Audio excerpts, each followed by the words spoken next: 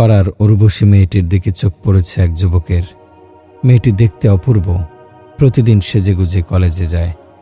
দেখলেই মনে এক অজানা খুশি দোলা দিতে থাকে। বুকটা কেমন যেন করে, বড় ফাঁকা ফাঁকা লাগে। কোনো কাজেই মন বসে না, বড্ড অস্থির হয়ে থাকে মন। অশান্ত হৃদয় এক নজর না দেখা পর্যন্ত শান্তই হয় না। এই পথেই কলেজে যায় সে, উচাটন মন নিয়ে রাস্তায় দাঁড়িয়ে অপেক্ষার পর অপেক্ষা, ঘন্টার পর ঘন্টা। কখন আসবে, নাকি আসবেই না, নাকি অন্য কোনো পথ দিয়ে চলে যাবে। অসুস্থ না তো আজকে, যদি না আসে। অপেক্ষার যেন শেষ নেই। বন্ধুরা খেপায়, কিরে হৃদয়ে রং লাগছে মনে হয়, আমগো কিন্তু ট্রিট দিতে হবে দোস্ত, নইলে খবর আছে। বড় ভাইয়ের সাবধান বাণী, ভুলেও যেন ওই পথে না দেখি।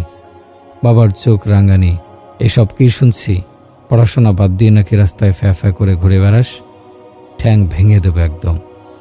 বন্ধুদের খেপানো, বড় ভাইদের চোখ রাঙানো, বাবা মায়ের শাসানো ইত্যাদি উপেক্ষা করেও সে মেয়েকে সে ভালোবেসে ফেলল।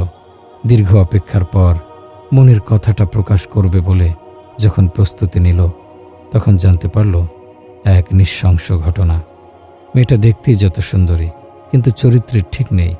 দামি দামি কসমেটিক্স আর জামাজুতার বন্দোবস্তের ধান্দায় বহু ছেলের সঙ্গে সে সম্পর্ক রাখে। তাদেরই কারো না কারো সঙ্গে আর রোজ সে বেড শেয়ারের মতো জঘন্য কাজটিও করে। মানুষের ওপরটা দেখে ভেতরটা আপনি কিভাবে বুঝবেন? বোঝার কোনো উপায় নেই। চরিত্রটাই আসল। চরিত্র ভালো তো সব ভালো। দেখতে অসুন্দর এমন মানুষও চরিত্রগুণে সবার কাছে সমাদৃত হন। চরিত্রের সৌন্দর্যের চেয়ে বড় আর কিছু নেই। এজন্য আমরা যখন আয়নার সামনে দাঁড়িয়ে চেহারা দেখি, তখন চরিত্রের জন্য কিছু ভাবা দরকার।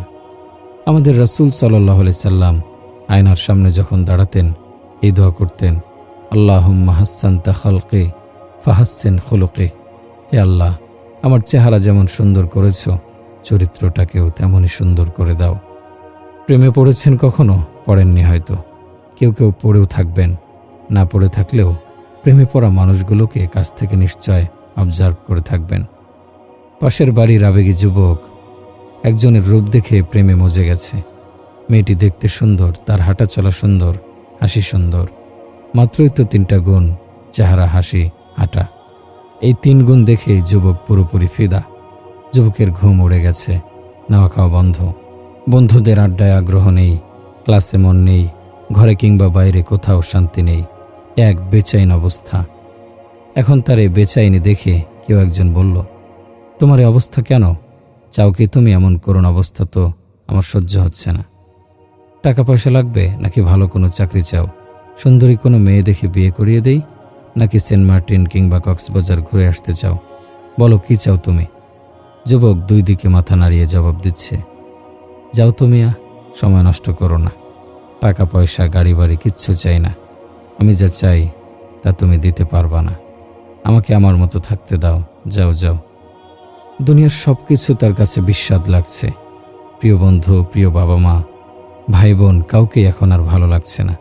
কারো কথাই মনে ধরছে না। সব কথা, সব সুর যেন বেসুরো লাগছে। শুধু সেই বন্ধুটিকেই তার কাছে ভালো লাগবে, যে বলবে, এইটা কোনো ব্যাপার দোস্ত, আমি পারবো তোর মনের মানুষটির সঙ্গে মিলিয়ে দেওয়ার ব্যবস্থা করতে, টেনশন নিস না। বন্ধুর শুধু এই একটু সান্ত্বনাতেই যুবকটি দেহে প্রাণ ফিরে পাবে।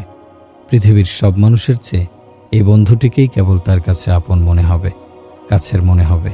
আর সব পর, সব দূরের, সবাইকে শুধু স্বার্থপরই মনে হবে। এখন বন্ধু যদি বলে আগুনে ঝাঁপ দাও, যুবক তাই দিতে প্রস্তুত। বন্ধু যদি বলে পানিতে লাফিয়ে পড়ো, যুবক তাতেও সম্মত। একটাই চাওয়া, তার সঙ্গে মিলিয়ে দাও। মাত্রই তো 3টে গুণ, চেহারা, হাসি, হাঁটা চলা। 3 গুণ দেখেই একটা মানুষের জন্য যদি এত পাগল হওয়া যায়, যার গুণে পৃথিবী আলোকিত, সেই প্রিয় নবী মুহাম্মদ সাল্লাল্লাহু আলাইহি সাল্লামের জন্য কতটা পাগল হওয়া চাই, কতটা বেচাইন হওয়া চাই।